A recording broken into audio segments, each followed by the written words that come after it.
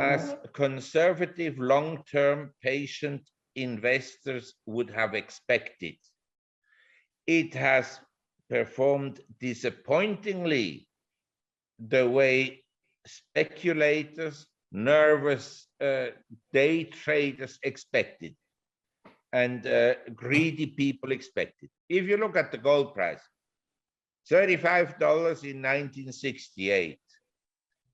It was $300 in 1999. Actually, the low was $255. It was $1,000 in 2015, and we're now at $1,850. I don't think it's so bad. Right. Yeah, I'm going to have our editor put this chart on the screen, but gold has outperformed the S&P 500 since the year 2000. So if you compare gold to the S&P 500, it's ahead over the past 22 years, and people don't realize that. Yes, and it was a period of dollar strength. In other currencies, it's done much better.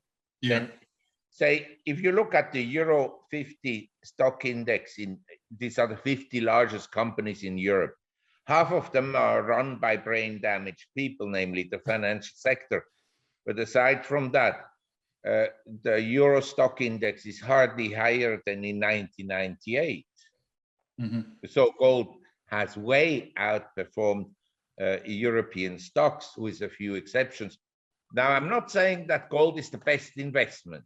Mm-hmm. I'm just trying to explain to people that, in my opinion, as long as the government doesn't take it away from you, and there is a risk, Mm-hmm. but if you listen to these autocrats that gather at Davos, at the World Economic Forums, and they tell you about useless people, and I'm very interested to hear ones from the Davos seminar, who they consider useless people. I hope that I qualify as a useless person, because that would be a compliment from me, getting this designation from these idiots at Switzerland. That is, kind of the oldest democracy in the Western world, where everybody could vote. In essence, they had democracy, but only some people could vote, the way I think democracy should be organized. I don't think that people who can't read and write. Anyway, they also tell you, well, in 10 years' time, people shouldn't have any possessions. But then you look at the airport at Davos, is full of private planes. So I imagine, or I suppose, that the Davos participants, there were this year 2,500 altogether, but maybe only, I don't know, 1,000 that are active. But anyway, of these people, they're not going to give up their private planes. You can be sure of that. But they want all the poor people in the world to follow these rules and their recommendations, but not for them, right? It's a fascist movement, this WEF. Yeah. Crazy. Yeah, you should start the referendum and have Switzerland ban the World Economic Forum. Kick them out. Switzerland. They can go to Saudi Arabia or to, I don't know where. Dubai, right? But I would hold gold and silver. Actually, silver technically looks good, because the speculators are pretty much given up. And fundamentally, I think palladium and platinum also look very good at the present time. Yeah. But I'm not holding gold because I think it will go up next week. You understand? I want to have my own central bank, and so I'm holding gold, and I hold some here in Thailand, because I am afraid that when the shit will hit the fan, you won't be able to travel. You won't be able to bring your gold, say, from Singapore or Hong Kong or from Switzerland to Thailand. So I also have a large portfolio of Thai stocks, simply because I want to have money in the country. Yeah, that's a very good point, because when they do lock things down, I mean, I heard stories of people being stuck in some countries that they didn't want to be in long term, but the countries just closed their borders. They couldn't transfer funds, and look, that I really can't answer, because when I grew up, the government was regarded in a relatively high esteem. In other words, they were respected. And one thought of someone in government, certainly in Switzerland, as honest. Right.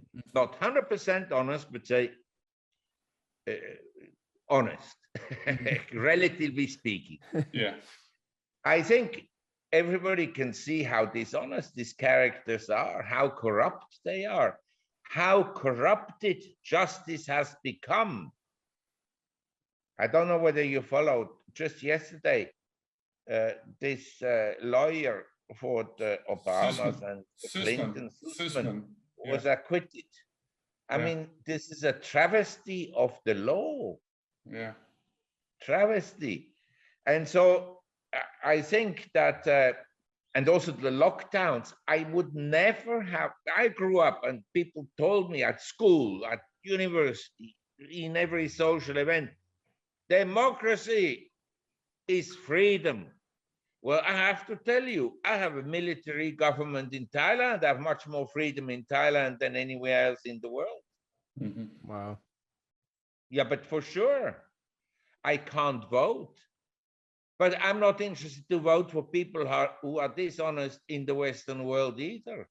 Yeah. Give me an honest politician. Give me one with some education. You cannot succeed in today's politics without having a twisted mind. I agree. It seems like it's all falling apart right now. And what all we can do is I don't know whether they will take it away. But I think that it's not very realistic to think that the government will have sufficient employees to run through all the private properties everywhere with the detectors. Yeah. Right. And most back in 1933, most people ignored the government and did not hand in their gold. I saw a study that 80 or 90% of the people refused and just ignored the government and kept their gold hidden. Yes, that's probably true, but I think the idea was, to take it away, and that will be in future maybe also the idea. But you understand, the government can also come to you and say, well, you have a house, okay, you can keep it, but your taxes go up by this much. So if you look at all the castles in Europe, most of them were in ruins because nobody could afford it anymore. Mm-hmm. Yeah. That is a threat. And number two, they can also, on your assets, they can introduce wealth taxes and so forth. Mm-hmm.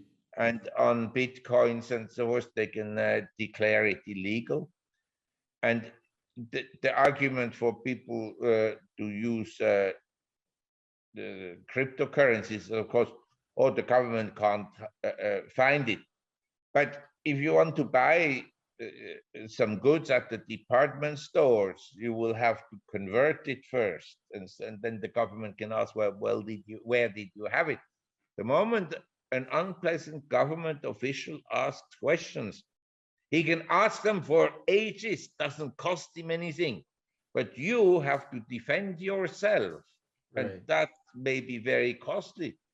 So I tell you, I don't think I will live in 100 years, so it's not really my concern. Yeah. But